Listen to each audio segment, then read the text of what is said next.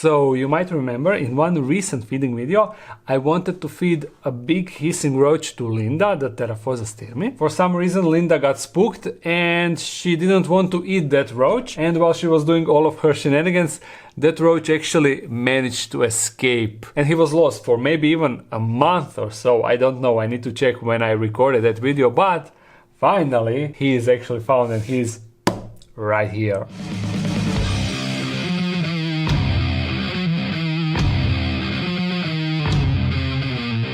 Now check out this big guy. Will we get some hissings? Yeah, just a short hiss, but you can see he is quite a large fella. And it wasn't actually me who found this guy, it was actually Maya, my wife. We were here at night and she actually spotted where was his hiding place at that very moment. I'm not sure if he spent his entire time over there, but let me show you where he was. Come on, go.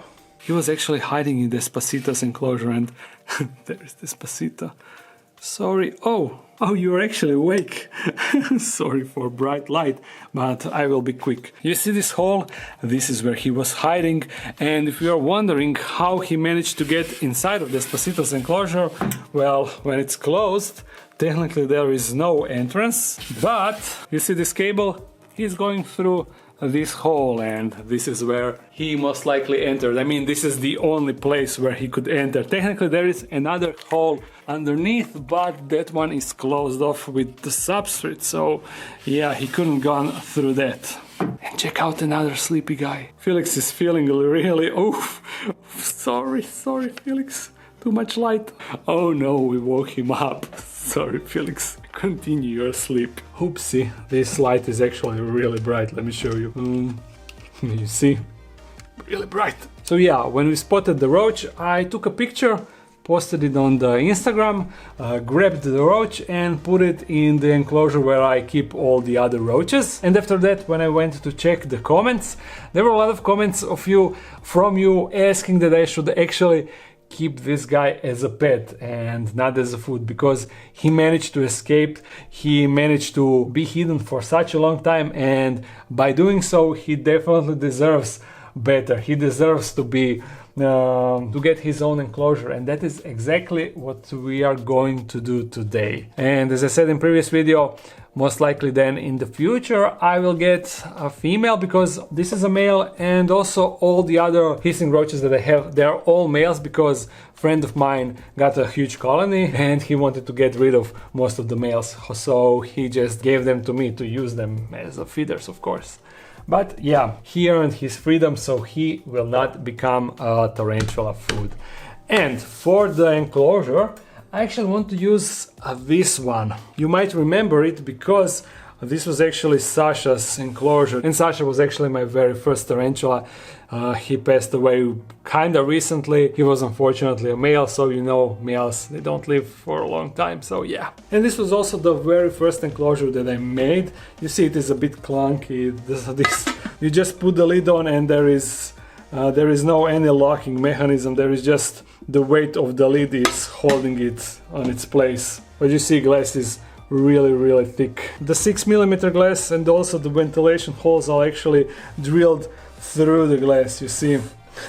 But it worked, although that means that once we get a female for this roach, we will need to close off these ventilation holes. I mean, not close them off, but put some sort of mesh, because the babies are small and they would easily fit through these ventilation holes. Yeah, easily. Because unlike lateralis roaches and dubia roaches, these guys can easily climb the glass. So now let's do this. First substrate, some hide, leaf litter, and then he can go in. Super easy. Also, once we are done with this, I'm going to take you to the dark den, where I will show you, I mean, we are already in the dark den. I will take you to the final dark den to show you the progress in there. Okay, this will be enough, although I want to put something, spice it up with these chunks. The cocoa chunks, you know. Just mix that all up, take some leaf litter. I take them from Felix enclosure, I'm sure that he doesn't mind that. And to finish it off with one nice cork bark hide, so he can go under and yeah, do stuff. Do whatever roach business that he got. Also, top of the cork bark is a good place to put the food on.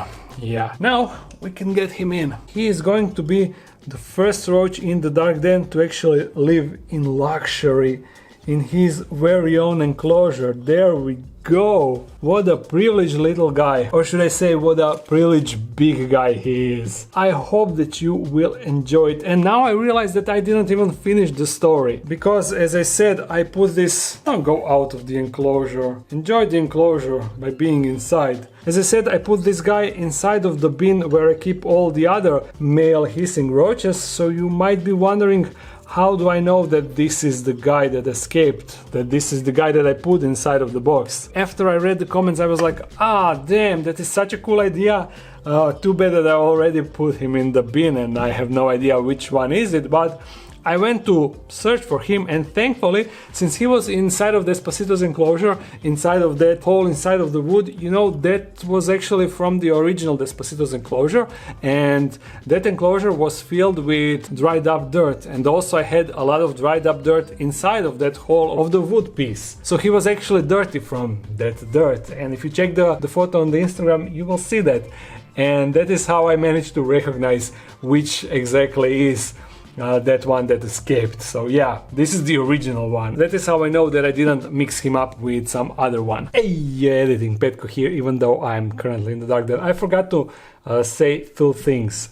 First one is, I want to name the roach, so if you got any suggestions, write it in the comments. And also, if you like someone else's suggestion, thumbs that comment up, and I will most likely pick the most popular comment. And the second thing is, I kinda need the help from you guys that are watching PewDiePie. In one video he said that spiders are bugs, and I would like to make a video on that topic, how spiders are not bugs and what is the difference and all the misconceptions. So in case that you know which video that is, I'll link it in the description, or actually write the video's name, because I don't think that you can link other videos in the comments. But if someone could find that video, it would be awesome. I think that I'm most likely sure, I'm like 95% sure that it was a video from beginning of this year, although there's still that 5%, and I'm pretty sure that it wasn't some playthrough video, it was actually a reaction to some video, most likely. Oh, but I'm so mad that I didn't write that video down, because as soon as he said it, I was like, ugh, I need to correct him. And I think that it would be a good topic, because a lot of people aren't aware what are the difference between arachnids, spiders, and bugs. Yeah.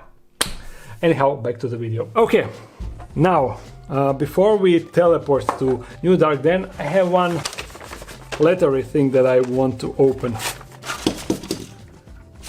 A car? What? Okay.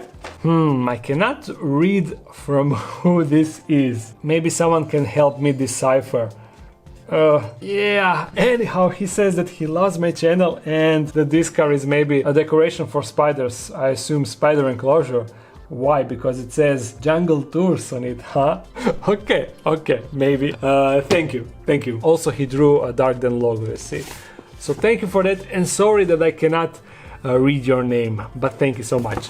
Now we are going to teleport right here in the final Dark Den, as I said. On first, it might seem that not much work was done here, but that is not the true, because you see all the walls are done, and that means that first those bricks underneath had to be all brushed off. Then after that, underneath of this, the hydroisolation was applied, and then on top of that hydroisolation, after 2 coats of that, this final thing was applied. I don't know the terminology, we are calling this żbuka. It was żbuka, no? But yeah, I don't know how to call that, but that was done in both rooms, in this one and also in this one. Now you may hear a lot of echo inside, and that is because all the walls are now super flat, so they reflect the sounds, and the sounds are just bouncing off everywhere. And before that, all those bricks were uneven and they didn't bounce off the sound, so the acoustics inside was significantly better. And also there is nothing inside, so That's why, but it will get better. Now look at this. This now looks like some sort of underground basement stage for some underground punk and heavy metal bands, right? But that is actually, as you know, foundation for the huge poldarium or whatever it will be in here, but it will be huge, you see. All of this will be one single enclosure, or one slice of forest, slice of jungle, yes. Also, you see the insulation of the ground has started, while here it hasn't. Whoa, it is... The acoustic here is so much better than in that room. That is most likely because of all the stuff that are lying inside. But also you see, there is no longer that huge hole here. It's all been covered up. So now what is left? This black stuff also needs to go here to cover this entire room, of course. And then on top of that, we put we call that glazura, and I will just write it down, I guess. After that is laid down, then on top of that the tiles come in, and that is the finished floor. Also in the meantime they will do the ceiling, and in like a week and a half new door arrives. This door and also door here that will seal off this section of the dark den from the rest of the house, but I will also use, as I said, this room for storage, but it will be closed off with the door. And that is basically it. I know it doesn't look like much, but it was a lot of work, trust me. Once again here, just imagine this. Beautiful, huge enclosure. And I think that the table where I will record the video, it will come in this corner. So you will basically be looking at this. You will see that enclosure behind me, and also the other enclosures that will be here. Oh, it will be amazing. And if everything will go according to plan, next month in December we are moving here. Yeah, so fingers crossed that that will actually happen. Now, on that note, let's end this video. I hope you enjoyed it. If you did, thumbs it up and comment something. If you want to support this channel more, there's a Patreon page. If you're new to this channel, make sure to subscribe. I upload every Monday and Friday. So see you again soon. Bye.